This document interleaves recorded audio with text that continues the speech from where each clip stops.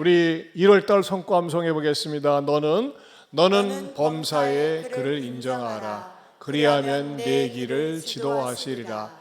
잠언 3장 6절 말씀. 아멘. 다시 한번요. 시작. 너는 범사의 그를 인정하라. 그리하면 내 길을 지도하시리라. 잠언 3장 6절 말씀. 아멘. 우리 양옆에 분들하고 이렇게 인사하겠습니다. 인사만 잘해도 사랑받고 형통합니다. 시작. 인사만 잘해도 사랑받고 형통합니다. 네, 이번에는 안 한 분들을 향해서 방향을 돌려가지고 시작. 인사만 잘해도 사랑받고 형통합니다. 악착하지 안 하는 사람은 불통이 기다리고 있습니다. 인사하세요. 인사 잘하면요 사랑받고 형통합니다. 기도하겠습니다. 하나님 감사합니다. 우리들의 찬양을 받아주신 주여, 예물을 받아주신 주여, 이제는 주께서 부족한 종을 통해서 말씀하실 차례입니다. 몸과 마음이 무겁거나 또는 상처로 한 주간 보낸 분들이 있습니까? 오늘 예배를 드리면서 찬양을 부르며 말씀을 들으며 시원함을 얻게 하시고 응답받게 하여 주시고 치유되게 하시고 깨닫고 고침받게 하여 주시옵소서. 이 귀한 예배를 위해서 예배 전에, 예배 중에, 예배 후에 봉사하는 모든 봉사자들, 봉사하면서도 기쁨이 넘치고 믿음이 자라게 하여 주옵소서. 예수님 이름으로 기도하옵나이다. 아멘. 지난 시간에는 그 무리들의 충동을 받고 그 루스드라에 있는 사람들이 바울을 돌로 쳐 죽였었는데, 그래서 그가 시체인 줄 알고 버렸었는데, 바울은 벌떡 일어나서 다시 성에 들어가서 복음을 전했다고 말씀을 드렸습니다. 그가 잠시 죽어 있는 동안 하늘의 신령한 세계를 직접 보았지만은 그 본 것에 대해서는 침묵을 하고 그 입에서 나오는 것은 여전히 변함이 없는 복음이었음을, 우리는 복음으로 시작해서 복음으로 마무리해야 되는 중요성을 말씀드렸습니다. 오늘은 똑같은 본문이지만 다른 내용을 가지고 말씀을 준비했습니다. 본능보다 사명이다. 본능보다 사명을, 이런 제목으로 사도행전 강해 270번째가 되겠습니다. 오늘 본문을 통해서 우리에게 가르쳐주고자 하는 첫 번째 진리는 바울은 많은 사람을 제자로 삼았다는 것입니다. 제자로 삼았다. 그 21절에 보면요, 복음을 그 성에서 전하여, 그 성은 더의 성입니다. 많은 사람을 제자로 삼고, 그래서 거기다 줄 세, 많은 사람을 제자로 삼았다. 여러분, 성경에서는 크게 두 종류의 사람이 등장합니다. 여러분은 어디에 속하는가 한번 스스로 자가 진단을 해보세요. 성경에는요, 무리가 있고 제자가 있습니다. 무리는 구경하는 걸 좋아합니다. 무리는 이해 관계에 따라 모였다가 사라집니다. 무리는 얻는데, 받아먹는데 관심이 많습니다. 무리는 절대 손해보려고 하지 않습니다. 자기 것만 살짝 챙깁니다. 그리고 무리는 충동적입니다. 무리는 쉽게 흥분하고 쉽게 싸늘해집니다. 그리고 무리는 얼굴만 비칩니다. 무리는 이기적입니다. 무리는 절대 충성이나 헌신이나 희생과는 관계가 없습니다. 그러나 우리 주님은 무리를 대상으로 사역을 하셨지만 무리를 중심으로 사역은 하지 않으셨습니다. 우리 주님은 무리보다는 제자를 삼는 것을 소중하게 여겼습니다. 그래서 우리 주님께서 제자들과 함께 3년 동안 공생애를 마치신 다음에 부활하시고 승천하시기 전에도 하신 명령이 있습니다. 그 명령이 뭐냐? 마태복음 28장 19절에서 20절입니다. 같이 보겠습니다. 그러므로 너희는 가서 모든 제자로 삼아 아버지와 아들과 성령의 이름으로 세례를 베풀고 내가 너에게 분부한 모든 것을 가르쳐 지키게 하라. 볼지어다 내가 세상 끝날까지 너희와 항상 함께 있으리라 하시니라. 그 상반절에 보면요, 그러므로 너희는 가서 모든 민족을 제자로 삼으라고 그랬어요. 제자로 삼아. 바울도 역시 주님의 뜻을 받들어서 죽었다가 일어난 다음에 루스드라 성에 들어갔었습니다. 그리고 거기서 나온 다음에 바울의 선교 마지막 장소인 더베로 가서 집중적으로 한 일은 많은 사람을 제자로 삼았다고 하는 것입니다. 그냥 구경꾼으로 무리로 삼지 않았습니다. 설교를 준비하는 가운데 카일 아이들먼의 팬인가 제자인가 두런러 서원에서 나온 책을 보게 되었습니다.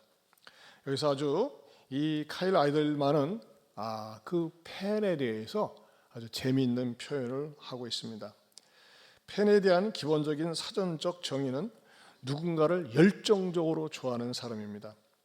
팬은 맨몸에 페인트 칠을 하고 축구장에 갑니다. 팬은 관람석에 앉아 팀을 열렬하게 응원합니다. 팬은 선수가 사인한 운동 셔츠를 벽에 걸어두기도 하고 자동차 뒤에 갖가지 스티커를 붙입니다. 하지만 팬은 경기에 나서지 않습니다. 경기장에서 땀을 뻘뻘 흘리며 달리거나 공을 차지는 않습니다. 팬은 어디까지나 팬일 뿐입니다. 팬은 관중석에 있으면서 관중석에 있지만 제자는 운동장 안에서 경기를 합니다.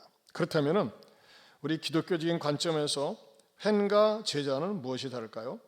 팬은 자기 사람을 영적적으로 좋아하는 사람입니다. 예수님에 대해서 나름대로 많이 안다고 합니다. 그러나 많은 것을 안다고 해도 절대 개인적으로는 알지 못합니다. 온갖 혜택을 바라면서 예수님 주위로 몰려듭니다. 하지만 자신을 희생할 만큼 그분과 가깝지는 않습니다. 단순한 열광을 진정한 헌신으로 착각합니다. 자기 삶을 조금도 희생하지 않는 채 예수님을 따르기 원한다는 것입니다. 예수님을 믿는다고 하면서 정작 따르지 않는다면 팬에 불과합니다. 그러나 제자들은 예수님을 따르기 위해서 모든 것을 버립니다. 예전과 똑같이 팬은 살면서 자신의 믿음이 진짜라고들 합니다. 팬들은 주여 주여 하고 말로만 외칠 뿐이지 그 말에 어울리는 삶을 살지 않습니다. 말만 했지 행한 대로 행한 흔적이 하나도 없습니다. 팬들은 감정을 믿음으로 혼동합니다. 그러나 감정은 행동으로 표현되기까지는 믿음이 아닙니다. 행동이 따라야 믿음입니다. 단순한 감정을 넘어 행동하는 사람이 진짜 제자라는 것입니다. 그렇다면 제자란 누구를 말하는 것일까요? 제자란 뭘까요? 제자를 여러 가지로 많이 정의할 수 있겠습니다만 오늘 두 가지로 말씀드리면요. 첫째, 제자는요, 배우는 사람입니다. 배우는 사람. 스승 밑에서 스승이 가지고 있는 모든 지식, 그것을 배우려고 합니다. 그래서 우리 주님께서도 예수님께 나오는 사람들에게 나의 멍에를 메고 내게 배우라고 우리 주님은 말씀하셨습니다. 주님이 하신 말씀을 진지하게 듣습니다. 신중하게 듣습니다. 눈을 감고 듣지를 않습니다. 눈을 감고 듣는 것은 감상하는 겁니다. 제자는 선생님이 뭐라고 말씀하실까? 무엇을 말씀하실까? 내가 얻을 교훈은 무엇일까? 진지하게 듣습니다. 저는요, 주님의 제자는요, 오기가 있어야 된다고 생각합니다. 오기가 뭘까요? 말씀을 듣기, 읽기, 암송하기, 전하기, 나누기입니다. 성질 잘 내는 오기가 아닙니다. 오기가 있어야 돼요. 오기. 여러분 오기가 있습니까? 오기가 있어야 돼요. 말씀은 왜? 읽기, 듣기, 암송하기, 나누기, 전하기. 오기가 있어야 됩니다. 여러분, 주님의 제자는 주님으로부터 부지런히 배우려고 합니다. 저도 가장 잘하는 게 있습니다. 뭘 제일 잘할까요? 저는 배우기를 참 잘합니다. 그래서 어디 산을 갈 때나 어디 갈 때나 절대 그냥 가지 않습니다. 다른 분들의 강의나 또는 설교나 좋은 내용들을 부지런히 오디오북을 통해서 듣기도 하고 보기도 합니다. 부지런히 배웁니다. 저는 배우는 것을 절대 놓지 않으려고 합니다. 주님을 더욱더 배우길 원하고 주님을 알기 원합니다. 그리고 주님을 닮아가길 원합니다. 이게 제자의 모습입니다. 또한 제자는 어떤 사람일까요? 본받으려고 합니다. 본받으려고 합니다. 바울은 그 자신이 예수님을 본받으면서 살았습니다. 그리고 본받은 대로 가르쳤습니다. 바울은 심지어 이렇게까지 큰 소리로 얘기했습니다. 고린도전서 11장 1절을 보겠습니다. 같이 읽어봅니다. 내가 그리스도를 본받는 자가 된 것 같이 너희는 나를 본받는 자가 되라. 여러분, 나를 본받는 자가 되라. 이거 쉽습니까? 엄마처럼만 해, 아빠처럼만 해. 잘난 척하는 것 같거든요. 근데 바로는요, 나를 본받는 자가 되라. 그 전제가 뭡니까? 내가 그리스도를 본받는 자 된 것 같이 너희는 나를 본받으라 그랬습니다. 여러분, 오주환 목사한테 본받을 게 뭐가 있겠습니까? 그러나 여러분, 저는 적어도 이거 하나는 본받아야 되지 않을까 생각을 합니다. 그걸 뭘까요? 때를 얻든지 못 얻든지, 듣든지 아니 듣든지, 어느 곳에 가든지 복음을 전하는 그런 사람이 되는 것입니다. 저는 그런 부분에 우리 예안의 성도들이 이 말씀을 듣는 모든 분들이 항상 이 든지 전략, 복음을 전하는데 앞장섰으면 좋겠어요. 지난주 3부 때 감동적인 일이 있었습니다. 우리가 지난 12월 달에 장로님들 16명이 대만으로 영성훈련을 떠났습니다. 근데 대만으로 영성훈련을 떠날 때 전주의 한우리 여행사 대표가 가이드 역할을 했어요. 대표가 직접 나왔어요. 근데 처음에는 서로가 낯설기 때문에 탐색을 합니다. 조심스럽고, 더군다나 일반적으로 이 가이드들이 하는 말이요, 교회의 목사님들이나 장로님들 모시기가 무척 까탈스럽답니다. 근데 우리는 말이죠, 이분이, 이 사장님이 예수님 믿지 않는 것을 알고 또 문자로 제가 카톡에다가 단톡방에다 탁 띄었습니다. 드디어 우리의 미션이 시작되겠습니다 하면서 말이죠, 우리는 출발할 때부터 장로님, 권사님 차 안에서 감사 간증을 시작했습니다. 여러분, 여기서 인천까지 가는데 3시간 반입니다. 계속 감사 간증을 하고 드디어 대만에 도착해서부터도 거기 현지인 가이드 대만 자매도 있었지만은 계속해서 거기서 간증을 하고, 세상에 대만을 돌아다니는 3박 4일 내내 간증을 하고, 그 다음에 제가 마침내 복음을 전하고, 복음을 전한 것으로 끝나지 않고 거기서 안수기도 하고, 그것으로 끝나지 않고 인증샷으로 호텔 로비에 서서 안수기도 하고, 그 다음에 이제 다 끝난 줄 알았는데 인천공항에서 전주로 내려올 때, 어저께도 이 베트남 선교팀이 인천공항에서 여기 내려오는데 어떻게 좀 서로 단교 선교 갔다 온 거 은혜 좀 나눴어요 물어봤더니 밤 12시에 출발해가지고 퍼져가 주무시느라고 나눌 시간이 없었대요. 그런데 우리는 도착해서 인천공항에서 내려오면서도 계속 감사 간증을 하고 복음을 전했습니다. 제가 볼 적에요, 한 사람을 위해서 수십 시간을 그렇게 했어요. 수십 시간을. 그러더니 드디어 지난 주일날 우리 교회 와서 등록을 했습니다. 자, 한번 모여서 보여주세요. 이렇게 우리 교회 와서 등록을 했습니다. 제가 식사하면서 우리 교회 와서 등록을 하신 소감이 어떻습니까? 예, 목사님, 유튜브로만 듣던 목사님의 메시지, 예안교회 등록을 하고 예배에 참석하니까 가슴이 설레입니다 그러더라고요. 우리 하나님께 영광의 박수 보냅니다. 여러분, 저는요, 여러분들이 든지 전략의 전문가가 되었으면 좋겠어요. 때를 얻든지 못 얻든지, 어떠한 장소에 있든지, 듣든지 아니 듣든지 이 복음을 전하며 나갈 때 이 사람이 진정한 주님의 제자의 모습이라고 하는 것입니다. 두 번째로 크게는 본능보다는 사명을 따랐다는 것입니다. 본능보다는 사명을 따랐다. 우리는 대부분 본능에 의해서 삽니다.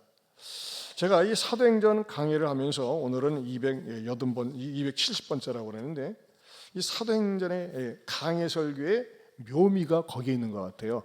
그냥 이렇게 아무렇지 않게 지나갈 수 있는 명사나 동사나 어떤 사건들이 때로는 깊이 있게 연구하게 하시고 큰 은혜를 주시는데, 저는 이번에 강해 설교를 하면서 전율을 했습니다. 어디에 전율을 했느냐? 21절을 다시 보면요, 복음을 그 성에서 전하여 많은 사람을 제자로 삼고 루스드라와 이고니온과 안디옥으로 돌아가서에다 동그라미 치세요. 제가 돌 뻔했어요. 얼마나 감동을 받았는지. 뭐 이거가 뭐 돌아갔다는 게 뭐가 뭐 대단하다고. 자, 지금부터 풀어서 어떻게 돌 정도로 감동을 받았는지 여러분에게 말씀을 드리겠습니다. 사도행전을 기록한 저자는 의사인 누가라는 사람입니다. 근데 누가는 말이죠, 그냥 평범하게 이렇게 기술을 하고 있어요. 그러나 이 돌아가서라고 하는 이 동사 속에는 바울의 비장한 결심과 숨은 결의가 담겨져 있는 것을 보게 됩니다. 바울은요, 어디로 돌아갔느냐? 여러분, 바울이 돌아간 것은 더베라고 하는 지역인데, 더베가 1차 선교 여행의 마지막 종점입니다. 여러분들이 사도행전을 읽다 보면 지명이 굉장히 많이 나와요. 근데 이 지명을요, 지도에 대한 감각이 없으면 뭐가 뭔지 모르고 뭔 소리인지를 몰라요. 그래서 제가 지도를 자주 보여드립니다. 지도 한번 보세요. 자, 오늘 어디에 왔느냐? 더베라고 왔다고 그랬어요. 더베, 그렇죠? 더베 이렇게. 자, 우리 친절하게 똥가루님 쳐주잖아요. 따라서 더베. 더베에서 뭐 했어요? 많은 사람을 제자로 삼았다고 그랬어요. 그 위에 보면 루스드라에서 뭐 했죠? 거기에서는 어떤 사건이 있었어요? 평생 걸어보지 못한 장애인을 일으켜 세워가지고 바울과 바나바를 갖다가 제우스다, 헤르메스 신자라고 일컬을 정도로 인정을 받았는데, 시간이 지나면서 사람들이 변절해가지고 바울을 돌로 쳐 죽였다고 그랬어요. 그리고 거기서 다시 쳐서 성에서 내다 버렸는데, 루스드라에 들어갔다가 더베로 나와서, 더베에서는 말이죠, 정말 큰 역사가 일어나가지고 많은 사람을 제자로 삼았어요. 여기서 바울이, 여러분 제가 지금 계속해서요, 이 안디옥은 두 군데가 나옵니다. 안디옥, 저 위에 BCD 안디옥이라는 데가 나오고, 또 이쪽에 안디옥, 여기는 수리아 안디옥이라고 합니다. 지금의 시리아 안디옥인데, 1차 선교의 출발이 어떻게 되느냐? 안디옥에서 실루기아, 살라미, 그 다음에 구브로 섬, 키프로스라고 그러죠. 이 구브로 섬에 대해서 제가 여러 번 설교를 했습니다.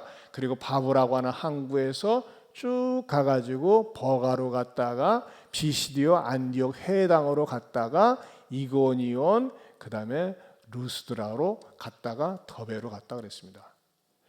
여러분들이 이렇게 설명을 해도 나는 뭔 말인지 모르겠다, 뭔 말인지 뭐래도 할 수 없어요. 이제 이게 계속 강의 설교를 했는데, 이제부터 중요한 포인트 말씀을 드리려고 그래요. 무슨 말씀을 드리려고 하냐면요, 더베에 와서 바울이 많은 사람을 제자로 삼고 그 사역이 마침이 됩니다. 끝났어요. 그러면 어떻게 됩니까? 귀국을 해야 됩니다. 어디로 귀국을 해야 되냐면, 바울을 보낸 데가 저 수리아 안디옥입니다. 그런데 더베에서 어떤 일이 일어나느냐? 여러분 생각해 보세요. 바울의 몸 상태는 돌로 몰살 당할 정도로 맞아서 죽었다가 살아났어요. 그럼요, 바울은요, 온몸이 만신창이가 됐습니다. 우리가 어디 넘어졌다가만 일어나도 속이 말이죠, 상해가지고 오래 가는데, 온몸이 만신창이가 되어서 바울의 마음속에 어떤 마음이 들어갈까요? 쉬고 싶다, 고향에 가고 싶다, 그런 마음이 일어난다는 겁니다. 그런데 바울의 고향이 어딘 줄 아십니까? 다소가 고향입니다. 여러분, 이 다소라는 지역은요, 얼마나 유명한 줄 아세요? 바울은요, 자기를 소개할 때 다소 얘기를 많이 합니다. 어떻게 얘기합니까? 사도행전 21장 39절에 이렇게 말씀하고 있습니다. 같이 읽어보겠습니다. 바울이 이르되 나는 유대인이라 서읍이 아닌 길리기아 다소시의 시민이니 청컨대 백성에게 말하기를 허락하라 하니. 나는 다소 출신이다, 다소의 시민이다, 이것을 얘기를 합니다. 이것을 세번역 성경에서 이렇게 말씀하고 있습니다. 같이 보겠습니다. 바울이 대답하였다. 나는 길리기아의 다소 출신의 유대 사람으로 그 유명한 도시의 시민입니다. 유명한 도시의 시민이다. 이 다소라고 하는 지역은요, 당시에 헬라 문화가 꽃폈을 때 다국적 사람들이 살았었고, 거기서 태어난 사람들은요, 자연적으로 로마 시민권을 획득할 정도로 유명한 권위 있는 도시였습니다. 그리고 여러분들이 기억하실지 모르지만, 원래 바울은 예수 믿는 사람이 아니었어요. 바울이 되기 전에 사울은 예수 믿는 사람이 너무너무 싫어가지고 예수 믿는 사람을 잡아다가 핍박을 하고 고문하고 스데반을 죽는데 앞장섰던 아주 잔인한 사람이었습니다. 이 사람이 예루살렘에서 저쪽에 보입니다만 다메섹으로 예수 믿는 사람을 잡아다가 체포해서 감옥에 투옥시키려고 씩씩거리고 하다가 대낮에 주님이 나타나서 사울아 사울아 내가 어찌하여 나를 핍박하느냐라고 하는 주님의 음성을 듣고 꼬꾸라집니다. 주여 니시옵니까? 그러면서 즉석에서 회심을 하고 3일 동안 물도 마시지 않고 밥도 먹지 않고 철저하게 회개한 다음에 그 다음에 그가 갑자기 돌변을 합니다. 박해자였던 사람이 전도자로 돌변해서 열심히 전도를 하니까 어떤 일이 납니까? 이 사울과 더불어 씩씩거리며 예수 믿는 사람을 잡으러 다녔던 사람이 사울이 갑자기 180도 돌변하니까 이 인간 때려 죽여야 되겠네 하면서 말이죠, 사울을 잡아 죽이려고 벌떼같이 사람들이 달려들었어요. 그때 예루살렘 교회에서 어떤 일이 일어납니까? 이 사울은 아직 죽을 때가 안 됐는데 좀 더 일을 많이 해야 되는데 아깝다 해가지고서 그를 갖다가 보내는데 어디로 보내느냐? 사도행전 9장 28절에서 30절에 이렇게 말씀하고 있습니다. 같이 보겠습니다. 또 주 예수의 이름으로 담대히 말하고 헬라파 유대인들과 함께 말하며 변론하니 그 사람들을 죽이려고 힘쓰거늘 형제들이 알고 갈사라로 데리고 내려가서 다소로 보내니라. 제가 방금 다소는 바울이 태어난 자기 고향이라고 말씀드렸어요. 그리고 바울이 핍박을 최초로 받았을 때에 사람들이 막 서둘러 가지고 어디로 보냈다고요? 다소로 보냈다고 그랬습니다. 근데 이 고향 다소는요, 여성들에게 마치 친정집, 본갓집이죠. 근데 이 다소라는 것이 얼마나 중요하냐면요, 바울이 회심하고 나서 예수 믿는 사람을 핍박했을 때에 다소로 가서 자그마치 10년 이상을 그곳에서 꼭 거주합니다. 그리고 자기가 잘못 살아온 것을 반성하고 율법과 복음과의 관계를 연구하면서 나중에 로마서 다른 서신도를 쓰는데 말이죠, 영적인 역량을 충분히 쌓고 내공을 쌓는 현장이 바로 다소였다는 것입니다.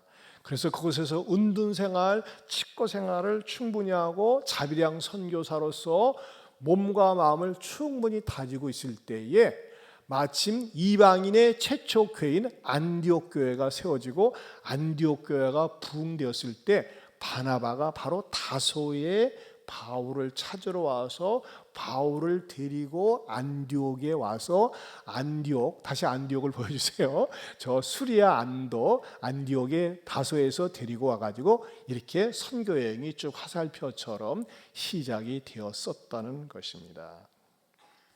자, 그런데 아까도 말씀드렸습니다마는 바울이 루스드라에서 모진 봉변으로 죽었다가 살아났었죠. 그리고 또 이고니온도 처음에는 사람들이 복음을 받아들였었는데 욕하고 배척하면서 도망갔던 것입니다. 그리고 비시디아 안디옥에 가서 복음을 전했었는데 처음에는 사람들이 많이 받아들이고 좋아했어요. 그런데 막판에 어떤 일이 일어납니까? 사도행전 13장 50절입니다. 같이 읽어보겠습니다. 같이 봅니다. 이에 유대인들이 경건한 기브인들과 그 신의 유력자들을 선동하여 바울과 바나바를 박해하게 하여 안디옥에서 쫓아내니. 자, 보세요. 바울이 중요한 지역이 바로 비시디아 안디옥, 이고니온, 루스드라였다고 하는 것입니다. 근데 항상 끝에는 뭐가 있었어요? 극심한 박해와 내쫓김을 당했습니다. 심지어 루스드라에서는 돌에 맞아 죽임을 당했습니다. 그런데 어떤 일이 일어나는 겁니까? 여러분 지도를 그대로 두시고요. 여러분 성경 21절을 다시 한번 보세요. 21절을 보면요, 복음을 그 성에서 전하여 많은 사람을 제자로 삼고 뭐예요? 루스드라와 이고니온과 안디옥으로 돌아가서 그랬어요. 무슨 말씀이에요?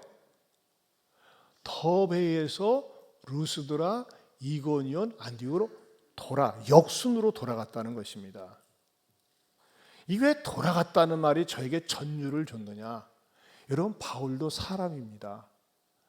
자기가 돌아가려고 한 루스드라, 이고니온, 안디옥은요, 끝이 안 좋았어요.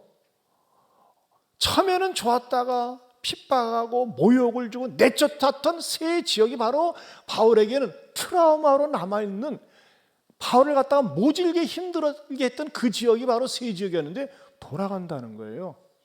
여러분, 어떻게 하는 게 맞습니까? 이제 쉬고 싶다면서 더베에서 다소, 자기 고향으로 가가지고 거기서 배 타고 안디옥으로, 자기를 파송했던 안디옥으로 갔다고 하는 것이 이 바울이 인간적인 면에서는 원했을 것이고 그럴 수도 있다는 것입니다.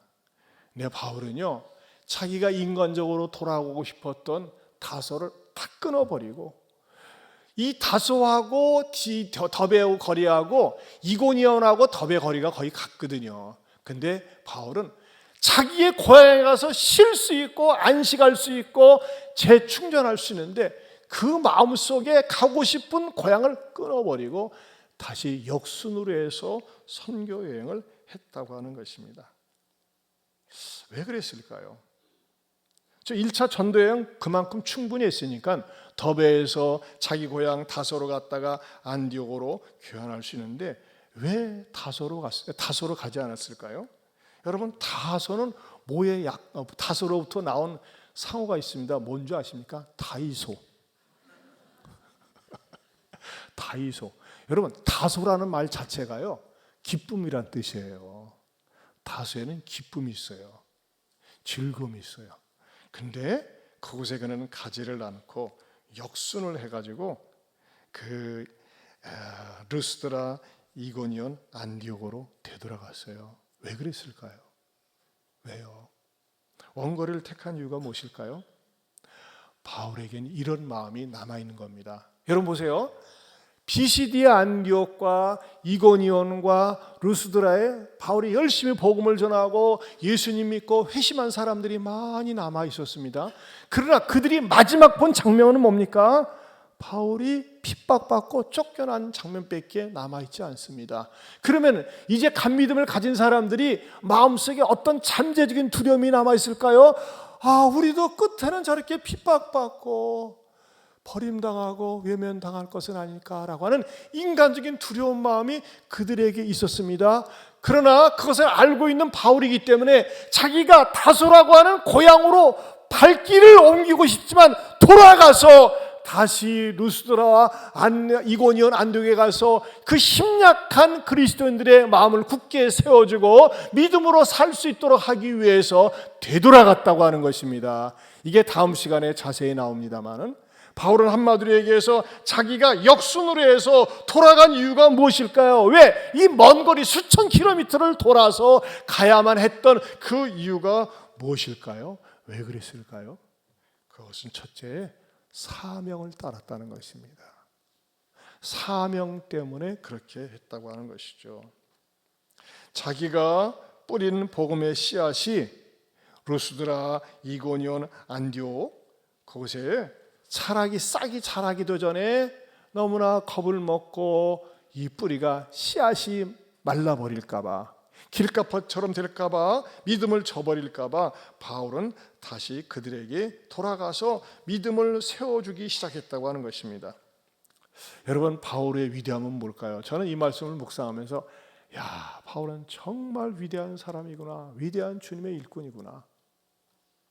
바울의 마음속에는요 항상 이 마음이 있었습니다. 그건 뭘까요? 사도행전 20장 24절입니다. 같이 보겠습니다.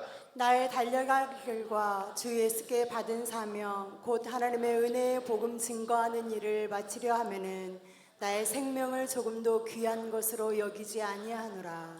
나의 달려갈 길과 주 예수께 받은 사명이라고 했어요. 사명. 그게 뭐예요?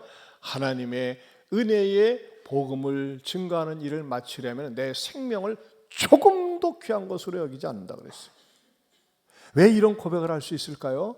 그가 예수님을 만나지 못했더라면, 예수님을 알지 못했더라면 영원한 생명을 소유할 수 없을 텐데, 예수님을 만나고 나서 영원한 생명을 소유하고 보니까 내 이 육신의 생명 때문에 내가 목매달지 않겠다, 나의 생명조차 기꺼이 버리겠다. 무엇을 위해서?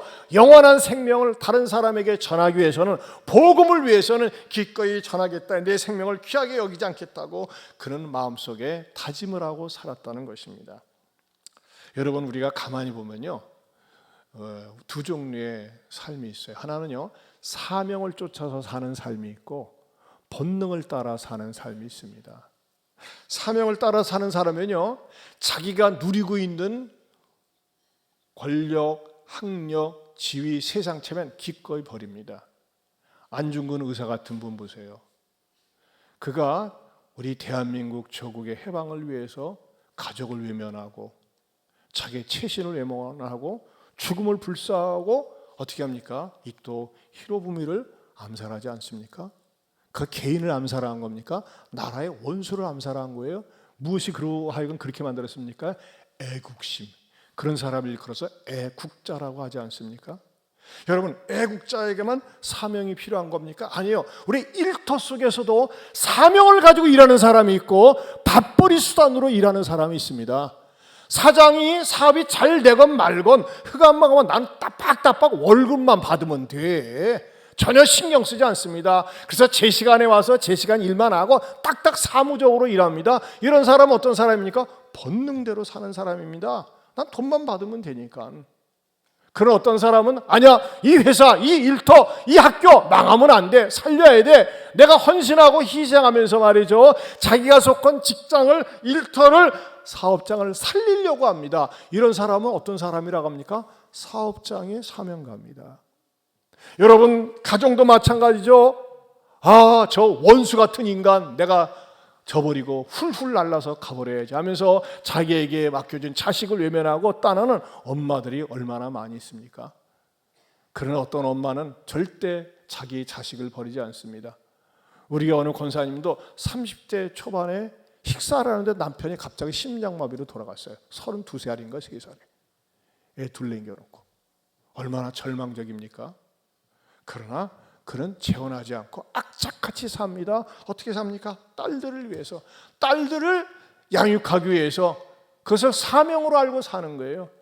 여러분, 참 죄송한 얘기지만, 참 부끄러운 얘기지만, 남자들이 가정을 책임지지 않고 무책임하고 아내를 괴롭히고 돌보지 않고 그런 남자들이 참 많이 있습니다.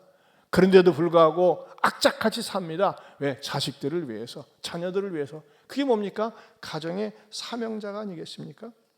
여러분, 우리 그리스도인들은 무엇을 가지고 살아야 될까요? 사명을 가지고 살아야 됩니다. 우리 하나님께서 온 천하보다도 귀한 영생, 생명을 주셨기 때문에 그 영생을 받은 기쁨 때문에 바울이 사명을 가지고 산 것처럼 사명으로 살아야 한다는 것입니다. 제가 익산에 내려온 지 29년이 됐습니다. 29년 전에 익산 모 교회로부터 부르심이 있었습니다.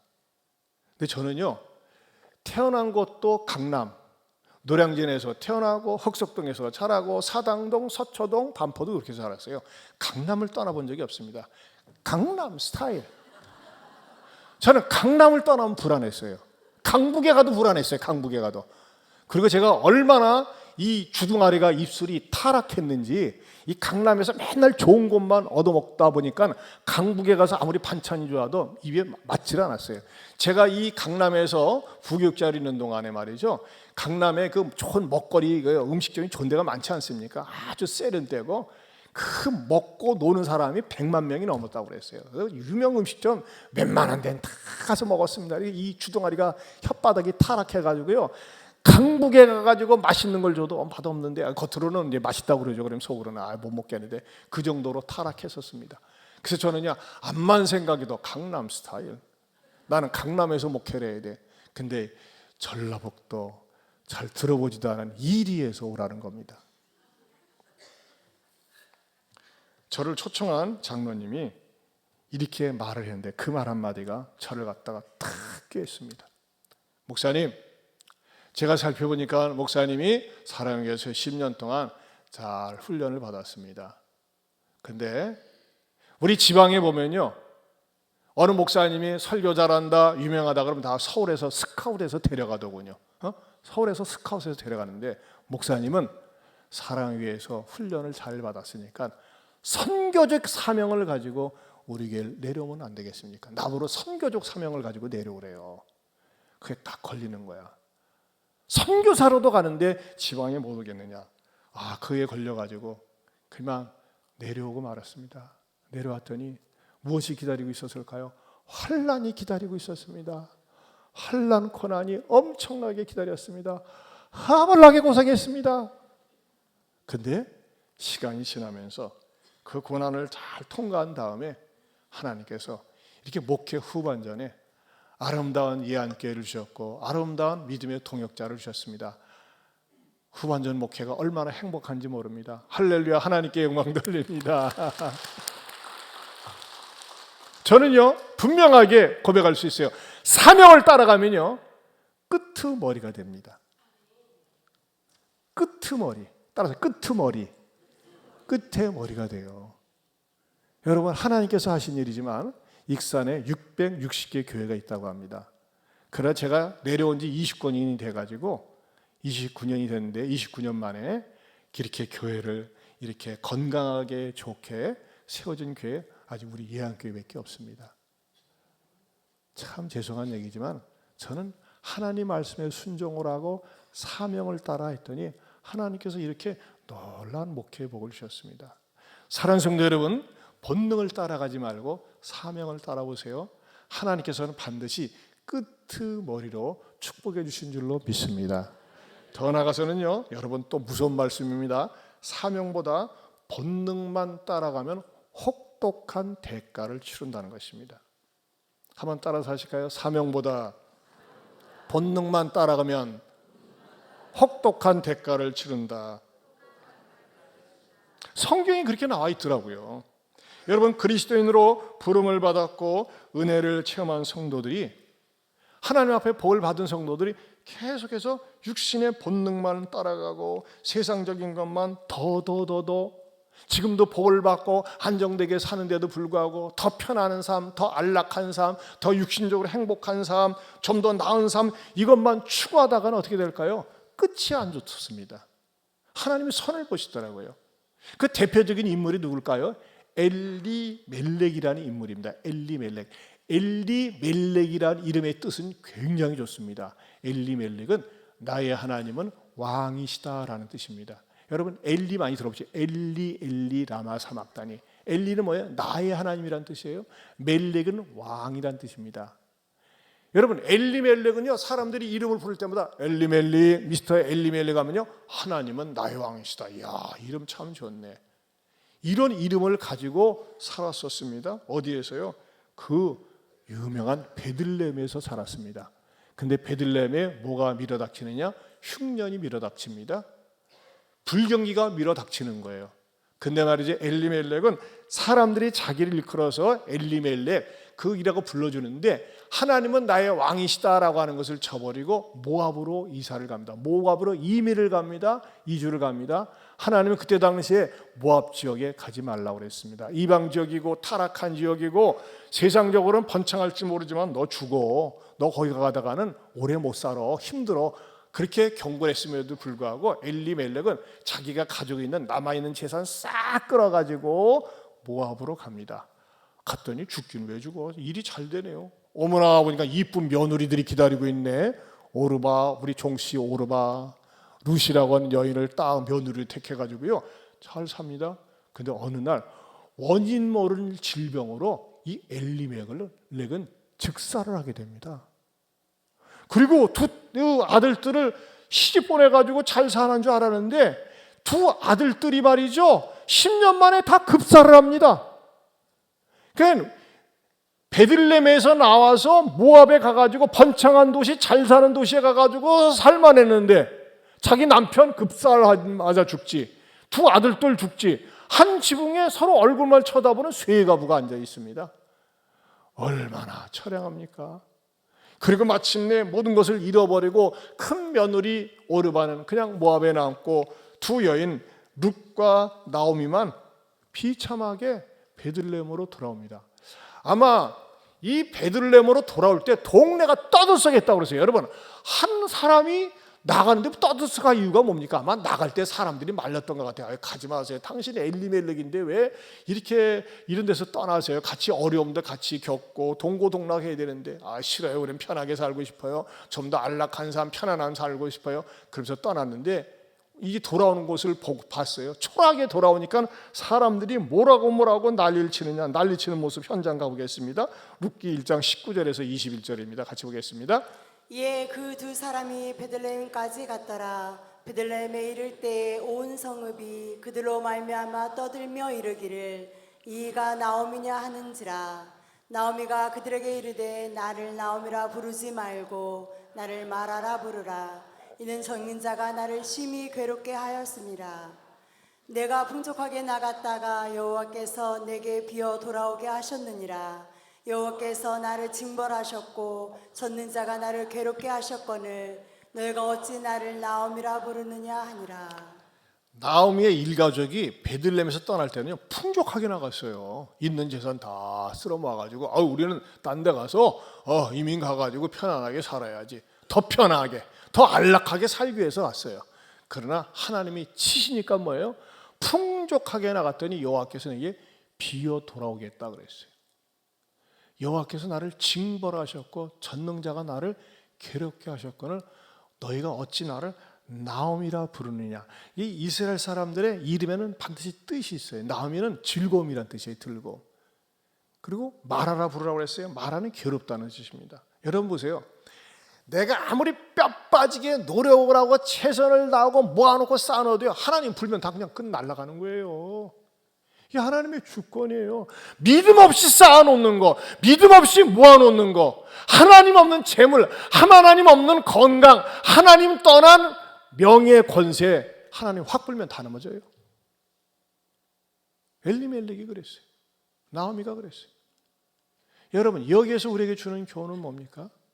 본능을 따라서 육신의 정욕, 안목의 정욕, 이생의 자랑, 좀 더 편하게 살고 안락하게 살고 잘 살기 위한 육신적인 생각만을 가지고서 선택을 하고 갈 때 매맞는다는 겁니다. 끝이 안 좋아요. 사랑하는 성도 여러분, 저도 그렇고 여러분도 그렇고 생명을 살리는 일에, 정말 가치 있는 일에 사명자로 살 수 있기를 축원합니다. 내가 하나님 앞에 받은 은혜가 많이 있어요. 받은 축복이 많이 있어요. 그런데도 불구하고 그 욕심은 한량없이 많아가지고 뭐 하면서 말이죠, 결국은 자기의 영혼이 피폐해지고 망가지는 것을 모르면서 사는 불행한 사람들이 오늘로 있다고 하는 것입니다. 사랑하는 성도 여러분, 바울이 말이죠, 안디오, 이고니온, 루스드라에서 복음 열심히 전하고 욕먹고 틀려맞고 죽고 더베에서 복음을 전하고 내 고향이 다소 저긴데 얼마나 가고 싶은 마음이 있었겠어요. 이제 쉬어도 돼. 쉰다고 해서 다시 온다고 해도 누가 뭐라고 하지 않을 거예요. 그러나 그 자신이 편안하게 쉬고 싶고 안락하게 살고 싶은 것을 딱 끊어버리고 다시 자기를 핍박하고 괴롭게 했던 그 지역으로 역순해서 올라갔던 것은 무엇이라고요? 하나님께서 주신 은혜가 많이 있는데, 하나님께서 베푸셨던 사랑이 많이 있는데 내 육신적으로 힘들다고 해서 외면하고 갈 수 있느냐? 아니다. 다시 가자. 사명이 그를 이끌었다고 하는 것입니다. 사랑하는 성도 여러분, 저와 여러분도 하나님께서 건강, 시간, 기회, 물질 주셨을 때 너는 내가 원하는 거 다 주었는데 너는 나를 위해서 무엇을 하느냐라고 물었을 때, 맞습니다. 주님 감사합니다. 제가 부족하지만 주님께서 주신 사명 가지고 살았습니다. 건강을, 물질을, 시간을, 생명을, 기회를 주를 위해서 열심히 살았습니다. 고백할 수 있다면 이것처럼 영광스러운 것이 어디에 있겠습니까? 어떻게 생각하십니까? 기도하겠습니다. 하나님 아버지 감사합니다. 우리들로 하여금 본능을 따라, 욕망을 따라, 눈에 보이는 것에 따라 육신적인 편리함만 가지고 선택하고 나가지 말게 하시고, 하나님께서 나에게 베푸신 은혜, 축복이 많이 있는데 사명을 따라 사는 복된 그리스도인들, 사명자들이 되게 하여 주시옵소서. 예수님 이름으로 기도하옵나이다. 아멘. 오직 주의 사랑에 매여 우리 살기 원하는 마음으로 같이 찬양 부르겠습니다.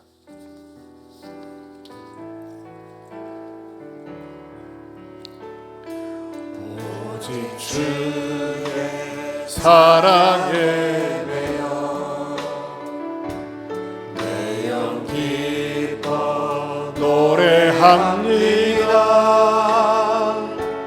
이 소망의 언덕 기쁨의 땅에서 주께 사랑드립니다. 오직 주의 제 안에 갇혀 내 영 기뻐 찬양합니다. 이 소명의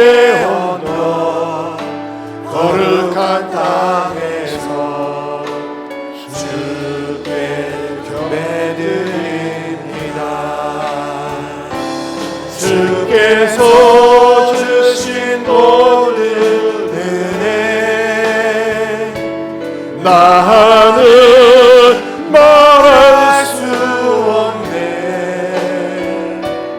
내 영혼 즐거이 주 따르렵니다.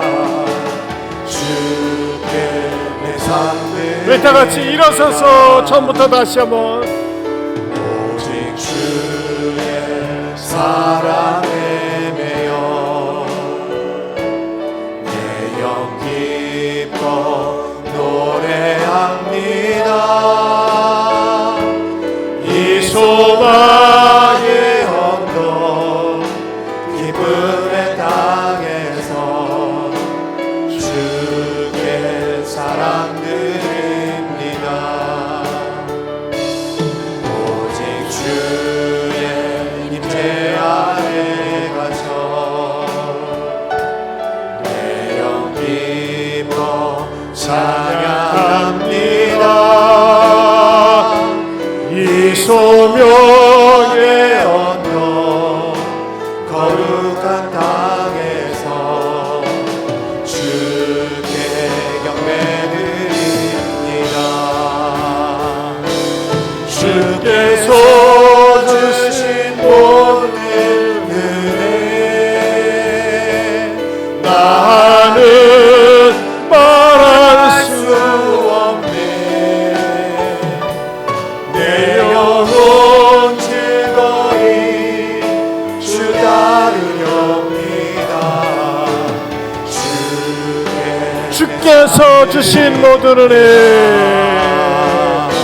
주께서 주신 모든 은혜 나는 말할 수 없네. 내 영혼 즐거이 주 따르렵니다. 주께 내 삶 드립니다. 우리 시간에 주신 말씀 붙들고 기도하기 원합니다. 여러분, 말씀을 들으면서 찔립니까? 그건 하나님의 음성입니다. 깨달아집니까? 깨달은 대로 살아야 됩니다. 주여, 나로 하여금 본능을 따라 욕망을 따라 살지 말게 하시고 사명을 따라 살게 하여 주옵소서. 나의 존재가 내 가족을, 일터를, 내 공동체를 살리는 일에 쓰임받는 내가 되게 하시고 우리 아이들이 되게 하시고 우리 가정이 되게 해달라고 우리 두 손 들고 주여 한번 부르고 기도합니다. 주여.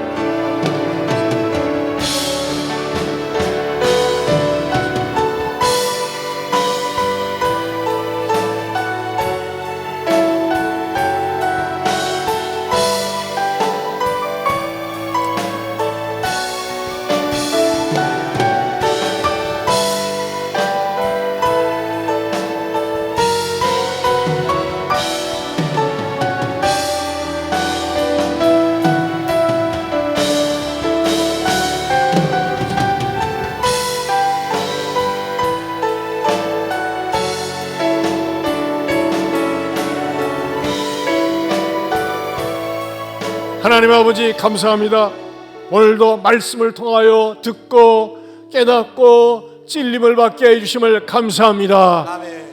오직 나만 잘되고 나만 편하게 살겠다는 생각을 버리게 하시고 나의 존재가 많은 사람에게, 내 공동체에, 내 주변의 사람을 살리는 일에 쓰임받는 사명자의 삶이 되게 하여 주시옵소서.